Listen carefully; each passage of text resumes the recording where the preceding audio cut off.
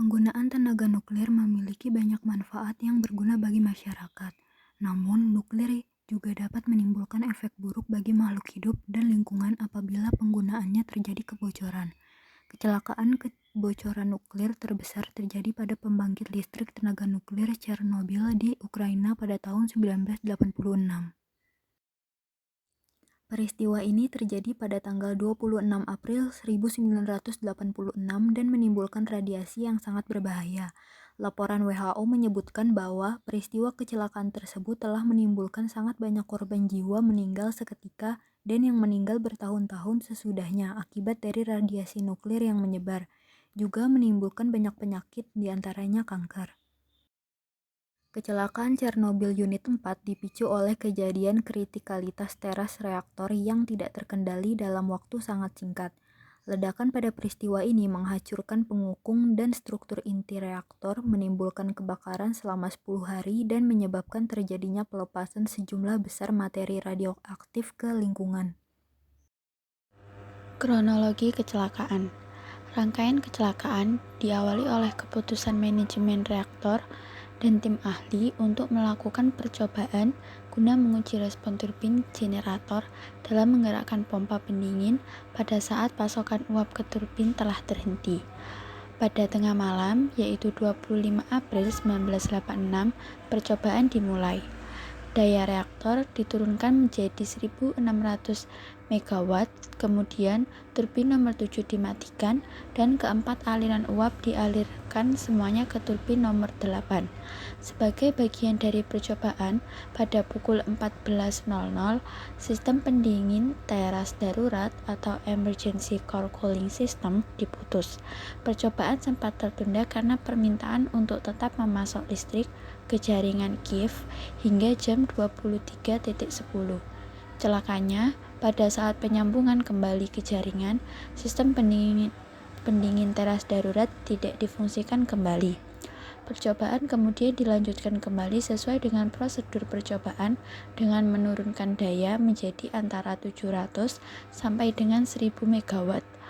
Kemudian pada pukul 00.28 tanggal 26 April untuk menurunkan daya lagi, seperangkat batang kendali otomatis lokal atau Local Automatic Control Routes tidak diaktifkan dan sejumlah batang kendali otomatis diaktifkan.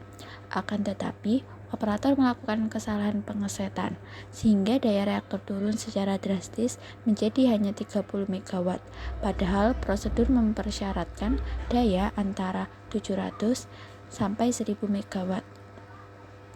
Pada pukul 01.00, operator berhasil menaikkan daya reaktor menjadi 200 MW dengan cara mengangkat sejumlah batang kendali dari reaktor. Daya tersebut sebenarnya masih jauh di bawah daya yang diperlukan untuk percobaan, dan semestinya percobaan tidak boleh dilanjutkan. Kemudian pada pukul 01.19, operator mencoba menaikkan tekanan dan level air dengan menggunakan pompa pengumpan. Reaktor seharusnya dimatikan karena sinyal trip menyala. Namun hal tersebut diabaikan oleh operator dan bersikeras untuk tetap melanjutkan percobaan. Pada pukul 01.22.30 operator melihat cetakan parameter sistem reaktor pada monitor pemantau. Data menunjukkan bahwa operator harus segera men-shutdown reaktor dalam situasi mekanisme shutdown otomatis tidak bekerja tersebut. Namun yang terjadi, operator tetap melanjutkan percobaan. Modeling komputer menunjukkan pada saat-saat tersebut hanya terdapat 6, 7 atau 8 batang kendali dalam teras, padahal semestinya tidak boleh kurang dari 30 batang kendali, yaitu sesuai instruksi manual. Kemudian pada pukul 01.23, 4 percobaan dimulai lagi dengan daya 200 MW dan katup aliran uap utama menuju turbin nomor 8 dimatikan. Sistem proteksi keselamatan otomatis yang akan aktif pada saat kedua turbin mati sengaja dimatikan oleh operator. Meskipun hal ini tidak termasuk prosedur percobaan, selanjutnya daya reaktor mulai naik dari 200 MW dan ACS turun. Sedetik kemudian, aliran air pendingin utama dan air umpan dikurangi. Hal ini menyebabkan kenaikan suhu air yang memasuki reaktor dan meningkatkan pembangkitan uap. Sejurus kemudian, daya reaktor naik secara cepat. From critical exertion dan mandor yang berjaga memerintahkan untuk segera men-shutdown reaktor. Namun perintah tersebut sangat terlambat karena untuk menurunkan batang kendali secara otomatis dibutuhkan waktu 20 detik, padahal baru 0,03 detik berselang alarm sudah berbunyi. Sistem keadaan darurat tidak mampu mengatasi kondisi tersebut. Daya reaktor naik menjadi 530 MW dalam waktu 3 detik, untuk kemudian naik secara drastis secara eksponensial yang menyebabkan terjadinya pembangkitan uap serentak. Uap dengan tekanan sangat tinggi yang terbentuk serentak tersebut menimbulkan ledakan dahsyat. Kurang dari sedetik setelah ledakan pertama, segera disusul ledakan kedua yang disebabkan oleh masuknya udara ke teras yang menyebabkan bahan bakar dan beberapa elemen bereaksi dengan oksigen dan terbakar dahsyat. Penyebab terjadinya kecelakaan Chernobyl. Kecelakaan Chernobyl Unit 4 dipicu oleh kejadian kritikalitas teras reaktor yang tidak terkendali dalam waktu yang sangat singkat. Kecelakaan kritikalitas sering disebut sebagai excursion atau power excursion. Kritikalitas yang meningkat dalam waktu singkat menyebabkan kenaikan daya reaktor secara cepat yang disebut sebagai prompt excursion. Hal ini menyebabkan uap bertekanan sangat tinggi juga terbentuk secara spontan sehingga memicu ledakan teras dan terhemburnya zat radioaktif produk fisi ke udara. Kerugian akibat kecelakaan. Ledakan yang terjadi menyebabkan terhamburnya kurang lebih 1.200 ton bahan radioaktif ke atmosfer. Material tersebut setara dengan aktivitas sebesar 14 becquerel, sebagian diantaranya merupakan gas mulia yang sangat mudah masuk ke jaringan biologis.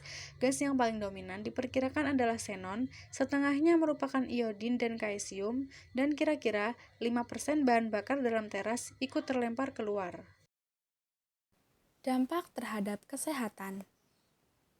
Yang pertama, kematian akibat sindroma radiasi akut. Yang kedua, kanker tiroid pada anak-anak. Salah satu jenis radionuklida yang terlepas pada kasus kecelakaan Chernobyl adalah yang terjadi pada beberapa bulan pertama. Kelenjar tiroid mengakumulasi yodium dari pembuluh darah sebagai bagian dari metabolisme normal organ.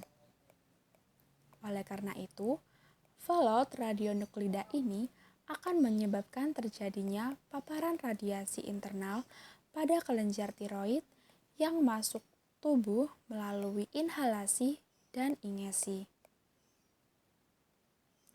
Yang ketiga, dapat menyebabkan leukemia, kanker mempat, dan penyakit sirkulasi.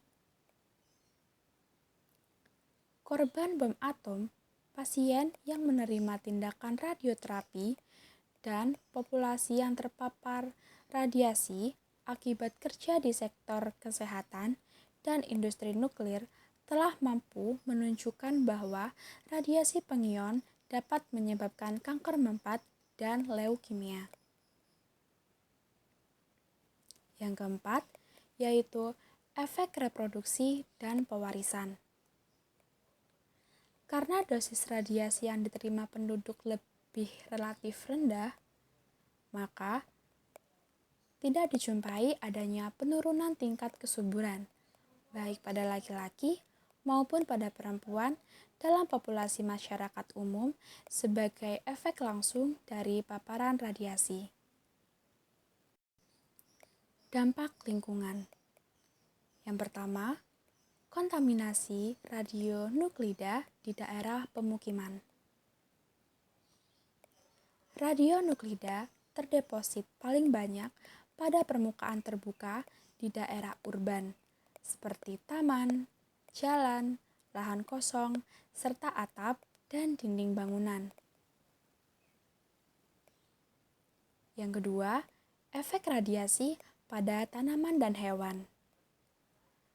Iradiasi dari radionuklida yang dilepaskan dari kecelakaan Chernobyl menyebabkan sejumlah efek radiasi akut pada tanaman dan hewan yang tinggal di daerah yang terpapar dosis tinggi, yaitu daerah yang terletak pada radius 30 km dari reaktor.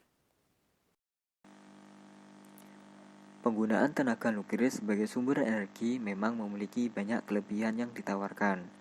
Namun, pemanfaatan tenaga nuklir sebagai sumber energi juga memiliki beberapa kelemahan. Di antaranya, pembangunan reaktor nuklir yang memerlukan biaya yang besar. Sumber daya uranium yang diperlukan reaktor nuklir terbatas, serta diperlukan penanganan yang hati-hati terhadap pengelolaan limbah nuklir. Apabila terjadi kecelakaan, dapat menimbulkan kerugian besar terhadap manusia maupun lingkungan, seperti kasus kecelakaan nuklir di Chernobyl. Adapun upaya yang dilakukan untuk menangani kecelakaan di PLTN Chernobyl antara lain, yang pertama, melakukan pemadaman api di atap reaktor dan di daerah sekitar gedung reaktor. Yang kedua, dibentuk komisi khusus untuk menyelidiki kecelakaan nuklir di PLTN Chernobyl. Yang ketiga, melakukan evakuasi penduduk di sekitar daerah dalam jangkauan hingga 30 km. Yang keempat, melakukan upaya besar-besaran untuk dekontaminasi wilayah yang terkena kontaminasi bahan radioaktif dan pembangunan sarkofagus beton untuk menutup reaktor. Dan yang terakhir, dibentuknya Chernobyl Forum pada tahun 2003 untuk menghasilkan authoritative consensual statement terhadap konsekuensi lingkungan dan efek kesehatan yang disebabkan paparan radiasi yang ditimbulkan dari kecelakaan, serta memberikan saran pada rehabilitasi lingkungan dan program perawatan kesehatan khusus, serta menyarankan wilayah yang membutuhkan penelitian lebih lanjut.